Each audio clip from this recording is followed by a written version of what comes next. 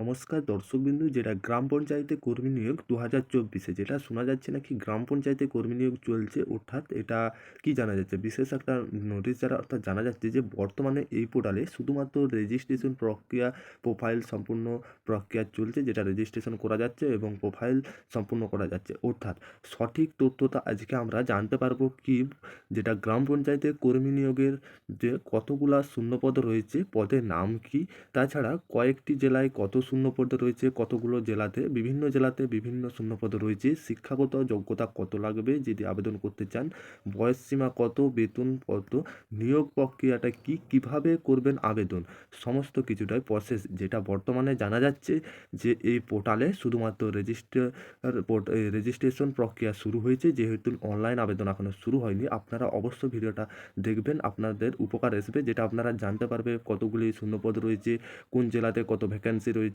অর্থাৎ কয়টি যেটা শিক্ষাগত যোগ্যতা লাগবে, আপনাদের কত, বয়স কত, বেতন কত পাবেন, কিভাবে আবেদন করবে, সমস্তটা কিছুই কিন্তু আজকের এই ভিডিওর মাধ্যমে আপনারা জানতে পেরে যাবেন। ভিডিওটা অবশ্যই গুরুত্বপূর্ণ ভিডিও, শেষ পর্যন্ত দেখতে থাকুন, উপকারে আসবে। আর চ্যানেলে নতুন হয়ে থাকলে চ্যানেলটি সাবস্ক্রাইব করে রাখতে অবশ্যই ভুলবেন না। আপনাদের কাছে ছোট্ট একটি রিকোয়েস্ট, অবশ্যই আপনারা যদি চ্যানেলে নতুন হয়ে থাকেন চ্যানেলটা সাবস্ক্রাইব করে রাখতে ভুলবেন না। যেটা বলা হয়েছে, এখানে বলা হয়েছে পদের নাম, অর্থাৎ এখানে অনেকগুলি পদ রয়েছে, যেটা আপনাদেরকে বললাম পদের নাম। অর্থাৎ এই গ্রাম পঞ্চায়েত কর্মী নিয়োগে যেহেতু আপনারা আবেদন করবে, যেটা বর্তমানে শোনা যাচ্ছে নাকি অনলাইন অ্যাপ্লিকেশন চলছে, এসব এটা সত্য না। যেহেতু অনলাইনে রেজিস্ট্রেশন প্রক্রিয়াতে কিন্তু সম্পূর্ণ চলছে, এখন আপনারা শুধু রেজিস্ট্রেশন করে রাখতে পারবেন।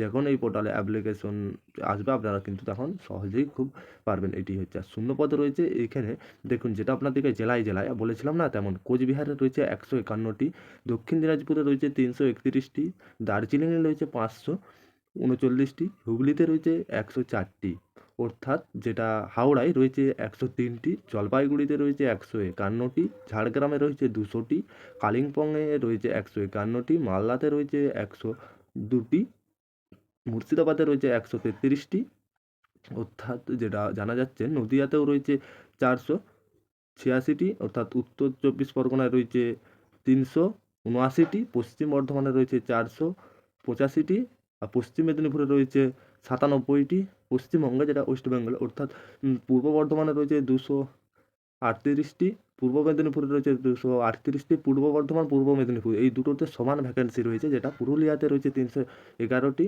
অর্থাৎ দক্ষিণ চব্বিশ পরগনাতে রয়েছে 400, অর্থাৎ যেটা শিলিগুড়িতে রয়েছে 25টি। এখানে মোট যেটা ভ্যাকান্সি রয়েছে এইসব জেলাগুলোতে ভাগে ভাগে কিন্তু ভ্যাকেন্সি রয়েছে, যেটা গ্রাম পঞ্চায়েত যেটা রেজিস্ট্রেশন প্রক্রিয়া চলছে। আপনার শিক্ষাগত যোগ্যতা লাগবে এখানে। এই পোস্টে চাকরি প্রার্থীদের শিক্ষাগত যোগ্যতা হতে হবে মাধ্যমিক পাস, 50% নাম্বার থাকতে হবে অবশ্যই। বয়স সীমা হতে হবে, আপনাদের চাকরি প্রার্থীদের বয়স হতে হবে 18 থেকে 40 বছরের মধ্যে। আপনারা যারা আবেদন করবেন আপনাদের অবশ্যই বয়সটা থাকতে হবে।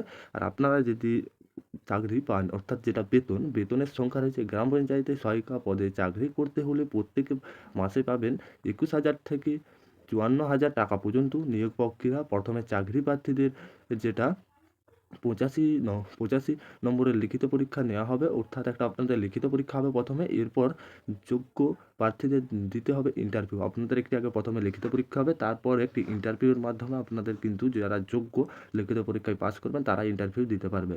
অর্থাৎ কীভাবে আবেদন করবে, চাকরি প্রার্থীদের আবেদন করতে পারবেন অনলাইনের মাধ্যমে। ইতিমধ্যে শুরু হয়ে গিয়েছে যেটা অনলাইন রেজিস্ট্রেশন প্রক্রিয়া, আপনাদেরকে আগে প্রথমের ভিডিও জানিয়ে এসেছি প্রথম থেকে।